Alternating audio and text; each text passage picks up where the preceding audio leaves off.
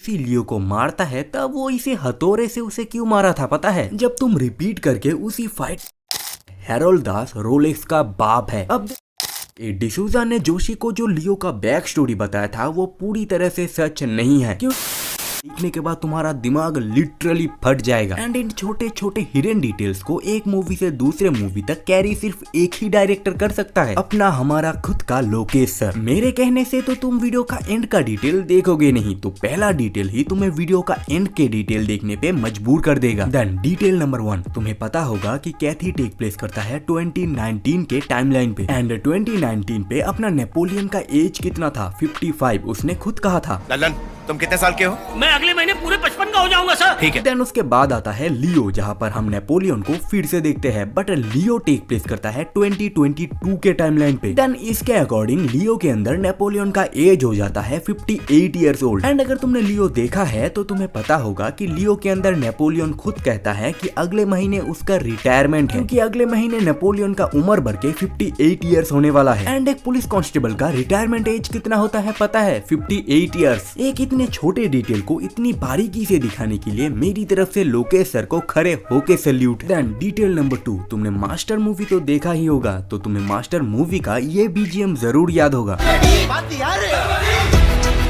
Then अगर तुमने लियो देख रखा है तो लियो के अंदर भी इसी सेम बीजीएम का इस्तेमाल किया गया है।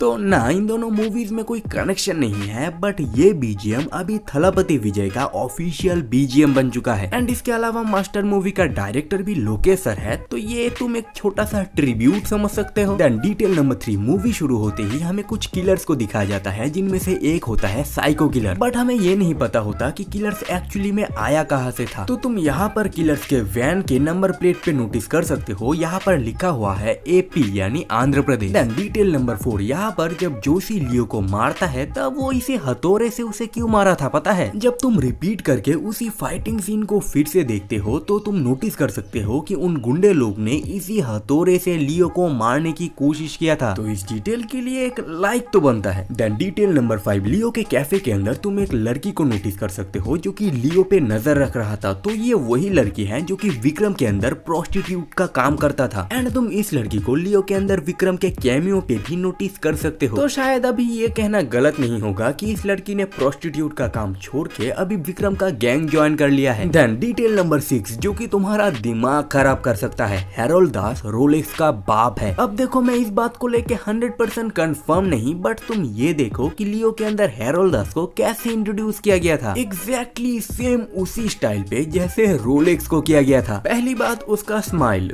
दूसरा है उसका लुक, एंड तीसरी बात ये देखो कि रोलेक्स किसी का सर काटता है, हैरोल्ड दास किसी का हाथ काटता है। एंड यहाँ पर विक्रम के अंदर रोलेक्स विक्रम और दिल्ली का बाउंटी देता है, और वहाँ पर लियो के अंदर हैरोल्ड दास लियो का बाउंटी देता है, वही सेम टेबल के ऊपर खड़े होके। अब देखो, ये अगर किसी और डायरेक्टर का मूवी होता तो मैं इस बात को इग्नोर करता, बट ये मूवी है लोकेश सर का, तो बॉस मैं कह सकता हूँ कि 50% चांस तो अब भी है। देन डिटेल नंबर 7, मूवी के एंड में जब विक्रम ने लियो को कॉल किया था तब लियो के रिएक्शन से हमें ये पता चलता है कि लियो पहले से विक्रम को जानता था। अब देखो, इस बात को लेके मेरे पास एक बहुत लंबा चौड़ा थ्योरी है जो कि मैं इस वीडियो में नहीं कह सकता, बट तुम इतना समझ लो कि दास एंड को फैक्ट्री के अंदर लियो मरने के बाद ही लियो विक्रम से मिलता है। देन डिटेल नंबर 8, डिसूजा ने जोशी को जो लियो का बैक स्टोरी बताया था वो पूरी तरह से सच नहीं है, क्योंकि उसने कहा था कि उस फैक्ट्री के अंदर लियो को गोली लगता है, वो भी दो। बट अगर तुम प्रेजेंट टाइम में लियो के पूरे बॉडी को देखते हो तो तुम्हें कहीं भी गोलियों का घाव नहीं देखने को मिलेगा। तो हाँ, इस पूरे स्टोरी के अंदर कुछ ना कुछ तो गलत था। एंड उसके साथ साथ हमें ये भी नहीं बोला गया कि डिसूजा को आखिर फांसी क्यों होगा। तो ये अधूरा स्टोरी शायद कैथी या फिर विक्रम में कहा जाए। देन डिटेल नंबर 9, डिसूजा के अकॉर्डिंग एंथोनी दास अंधविश्वास करता है, जिसके चलते वो पहले तो जानवरों का बलि चढ़ाता था, बट अभी वो इंसानों का भी बलि चढ़ाने लगा है, जो कि तुम यहाँ पर नोटिस कर सकते हो। यहाँ पर एंथोनी दास के पीछे एक सर्कल बना हुआ है जिसपे सांप बिच्छू वगैरह बना हुआ है, जहाँ पर बेसिकली काला जादू किया जाता है। एंड ये कहानी डिसूजा के अकॉर्डिंग है। बट अगर तुम मूवी के एंड में उसी जगह को देखते हो तो ना ही तुम्हें कोई सर्कल देखने को मिलेगा, ना ही कोई काला जादू। भाई मैं कहता हूँ कि डिसूजा के स्टोरी पे यकीन मत करना, उसका आधा स्टोरी गलत है। देन डिटेल नंबर 10, थलापति विजय ने अपने बच्चों के साथ जो 2 फोटोज दिखाया था वो 2 फोटोज एक्चुअली में रियल है। आई मीन ये 2 फोटोज एक्चुअली में थलापति विजय ने अपने रियल बच्चों के साथ उठाया था। तो